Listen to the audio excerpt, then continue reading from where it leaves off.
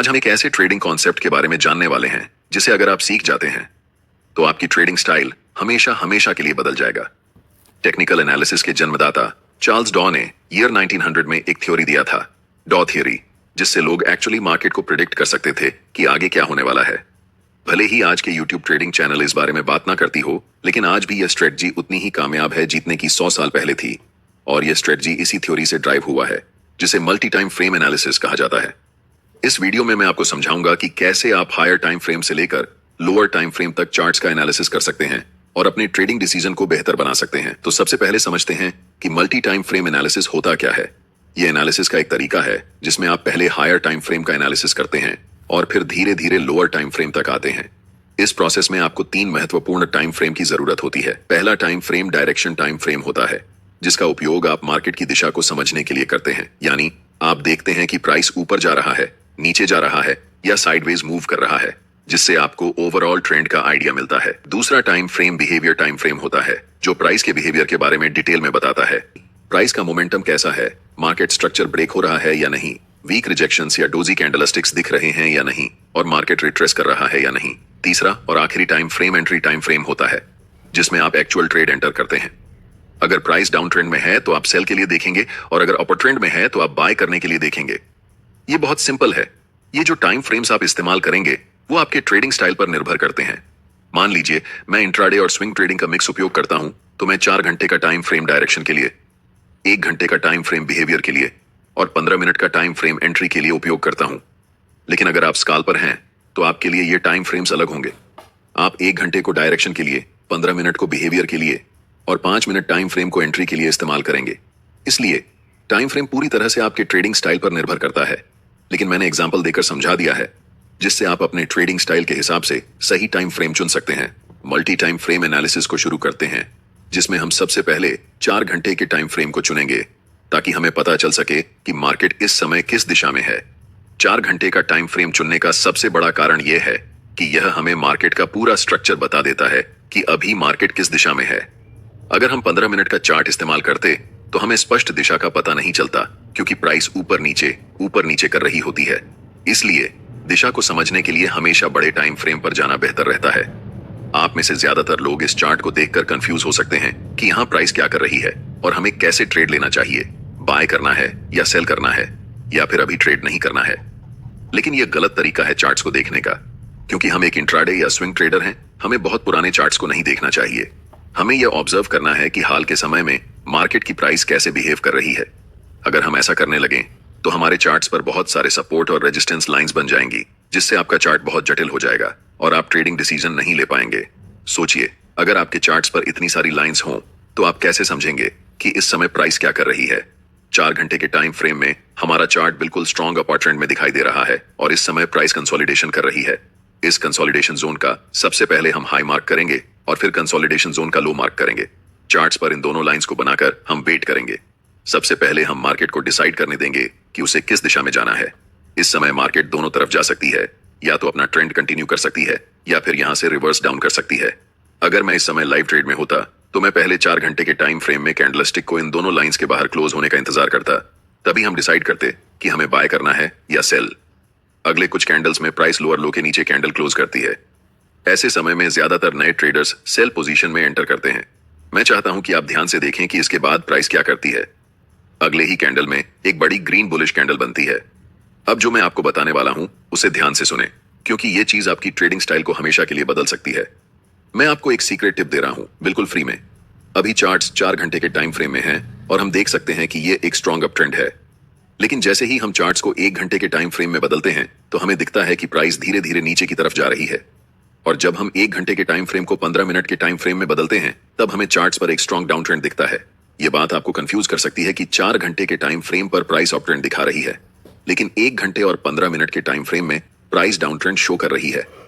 ऐसा क्यों हो रहा है, इसे समझिए। जब प्राइस 4 घंटे के टाइम फ्रेम में थी तो लास्ट कुछ कैंडल्स में प्राइस रिट्रेसमेंट या पुल बैक ले रही थी। इसी पुल बैक को छोटे टाइम फ्रेम में देखने पर यह हमें डाउन ट्रेंड जैसा दिखाई देता है। एक बात हमेशा याद रखें, हायर टाइम फ्रेम हमेशा छोटे टाइम फ्रेम के ट्रेंड से ज्यादा मजबूत होता है। इस सिचुएशन में 4 घंटे का टाइम फ्रेम 1 घंटे के टाइम फ्रेम से और 15 मिनट के टाइम फ्रेम से भी ज्यादा स्ट्रांग होगा, और 1 घंटे का टाइम फ्रेम 15 मिनट के टाइम फ्रेम से स्ट्रॉन्गर होगा। इसीलिए हम ट्रेड भी उसी डायरेक्शन में लेंगे जिसमें बड़े टाइम फ्रेम का ट्रेंड चल रहा हो। चूंकि 4 घंटे के टाइम फ्रेम का ट्रेंड अप ट्रेंड है, इसलिए हम बाय पोजीशन बनाने वाले हैं।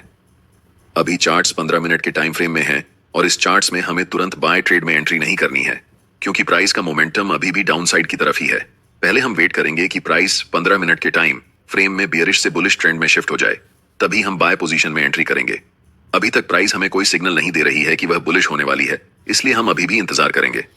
प्राइस इस लेवल को रीटेस्ट करने आती है, लेकिन पूरी तरह से ब्रेक नहीं कर पाती और फिर से नीचे चली जाती है। ऐसा दोबारा होता है, जिससे हमें पता चलता है कि अभी प्राइस साइडवेज हो चुकी है। इस समय बाय पोजीशन में एंट्री करने के लिए यह जरूरी है कि प्राइस इस लेवल के ऊपर क्लोज होकर अप ट्रेंड का स्ट्रक्चर बनाए। अगर हम प्राइस को 1 घंटे के टाइम फ्रेम में बदलते हैं, तो हम देख सकते हैं कि अभी तक हमें कोई भी बुलिश सिग्नल चार्ट्स पर नहीं मिल रहा है जिससे हम बाय डिसीजन बना सकें।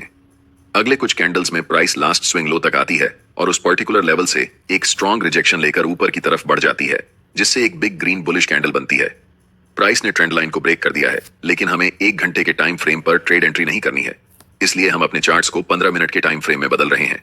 अब हम कह सकते हैं कि मोमेंटम डाउन ट्रेंड से अप ट्रेंड में शिफ्ट हो चुका है और इस समय 15 मिनट के टाइम फ्रेम में मोमेंटम अप है, 1 घंटे के टाइम फ्रेम में मोमेंटम अप है और आखिरकार 4 घंटे के टाइम फ्रेम में भी मोमेंटम अप है।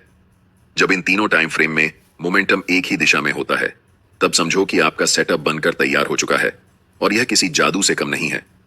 हमेशा याद रखें, कभी भी जल्दबाजी में ट्रेड नहीं करना चाहिए। हमें तब तक इंतजार करना चाहिए जब तक तीनों टाइम फ्रेम में प्राइस एक ही दिशा में ना हो जाए। अब यहां हम बाय पोजीशन में ट्रेड में एंट्री करते हैं, ठीक इस ज्वाइंट ग्रीन कैंडल की क्लोजिंग पर, जिसमें हमारा स्टॉप लॉस ट्रेंड लाइन के थोड़े नीचे होगा।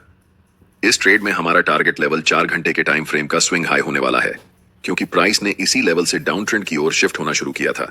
इसे आप सप्लाई जोन या रेजिस्टेंस एरिया भी कह सकते हैं। अगर आप टारगेट सेट करने में कंफ्यूज हो रहे हैं, तो मैं आपको एक टिप देता हूं।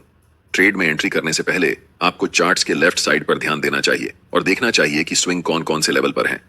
जैसे कि लास्ट टाइम ये एक स्विंग हाई है और इससे पहले ये एक स्विंग हाई है, तो हम इस समय 2 टारगेट रख सकते हैं।